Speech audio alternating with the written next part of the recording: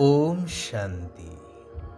कल्याणकारी परमात्मा शिव बाबांकर कल्याणकारी महावाक्य को धारण करी निज जीवन को हीरातुल्य स्वच्छ गढ़िवार पुरुषार्थ करुथिबा समस्त संगमयुगी श्रेष्ठ ब्राह्मण मानंकु अंतरर शुभेच्छा, शुभ अभिनंदन, सुप्रभात, सुस्वागतम। थरे जणे राजा अस्त्रागार रे अस्त्र परीक्षा करुथिबा बेले तांकर काणी आंगुठी रे क्षत सृष्टि हैला। राजा तेणु समस्ते व्यस्त हो पड़िले, किंतु राजांकर प्रिय मंत्री राजांको आश्वासना देई कहिले, व्यस्त होंतु नाही, ईश्वर जहा करंती प्राणींको मंगल पाई, सबुथिरे कल्याण ही अछि। राजा भीषण क्रोधित होई गले एवं आदेश देले मंत्री को कारागार रे बंदी करि देबा पाई। मंत्री कारागार रे रहिले। किछि दिन परे थरे राजा शिकार उद्देश्य रे किछि सैन्य एवं पारिषदों को नहीं जंगल को गले। शिकार करुथिबा समय रे हठात बणुआ हाथी पल सेमानंको उपरे आक्रमण करिदेले। तेणु जिए जुआड़े पाइले प्राण नहीं धाइले। अंधार हेई आसिला, काहार काहा सहित साक्षात हेई पारिला नाही। राजा देखिले दूर रे किछि आलुओ जलिबार। राजा से आड़ को अग्रसर हेले विपद उपरे आहुरी विपद जेपरी माड़ी आसिला। जंगली लोक माने राजांकु धरि नेले तांको मुखियांको पाखकु एवं विचार हेला आसंता काली राजांकु बलि दिया जीव तांको कुल देवींको पाखरे। सकाळु मुखिया निर्देश देले राजांकु तनखी करिवा पाई। राजांकर आंगुठी रे क्षत थिबार देखि मुखियांकु जणई दिया गला। मुखिया निर्देश देले कि एही लोक बलि पाई उपयुक्त नुह, तेणु तांकु मुख्य रास्तारे छाड़ी देई आस। सेया हेला एवं राजा नूतन जीवन पाई राजनगर रे पहुंची आग गले मंत्री को कारागार रे साक्षात करिवा पाई। मंत्री को मुक्त करी तांकु गलारे लगेइले एवं क्षमा मागिले। कहिले मंत्रीवर, तुमे जहा कहूथिल सत, ईश्वर जहा करंती प्राणीर मंगल पाई। अजथारे मु तुमको कारागार रे बंदी करी रखिली। मंत्री पुनश्च स्मितहास्य हसी कहिले, ईश्वर जहा करंती प्राणीर मंगल पाई। राजा आश्चर्य होई पुणी पचारिले, एथिरे पुणी कौन कल्याण रहिला? मंत्री कहिले, महाराज, आपण जदि मते कारागार रे बंदी करी न थांते, निश्चय शिकार को मते साथी रे नेकी जाई थांते एवं मोर तो कौनसी क्षत नथिला, तेणु सेमाने मते बलि देई देई थांते। राजांकर संदेह दूर हैला।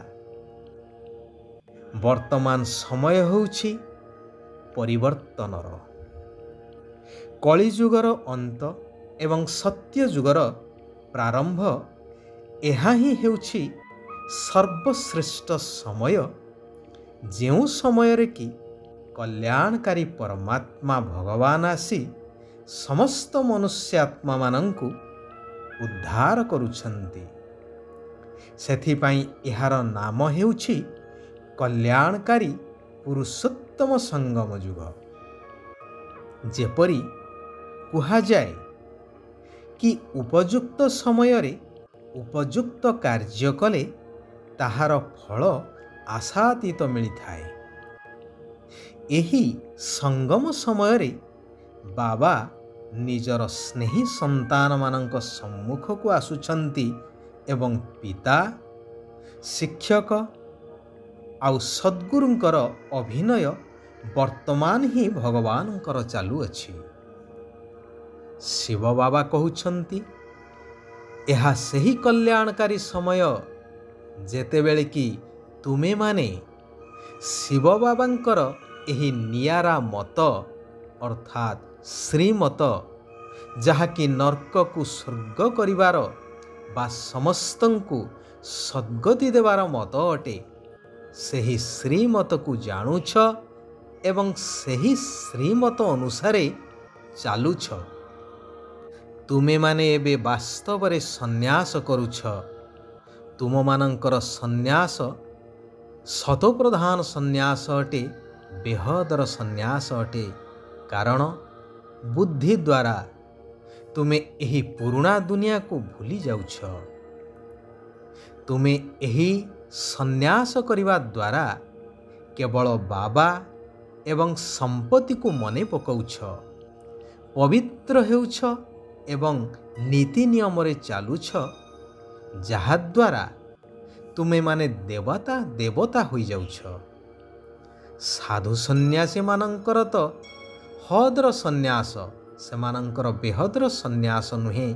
କାରଣ ସେମାନେ ଘରଦ୍ୱାର ପିଲାଛୁଆଙ୍କୁ ସିନା ଛାଡ଼ି ଯାଇଥାନ୍ତି, ହେଲେ ସେହି ଗୃହସ୍ଥୀଙ୍କ ଠାରୁ ତ ଭିକ୍ଷା କରି ଖାଇଥାନ୍ତି। ସାଧୁ ସନ୍ନ୍ୟାସୀମାନଙ୍କର ହଦର ସନ୍ନ୍ୟାସ।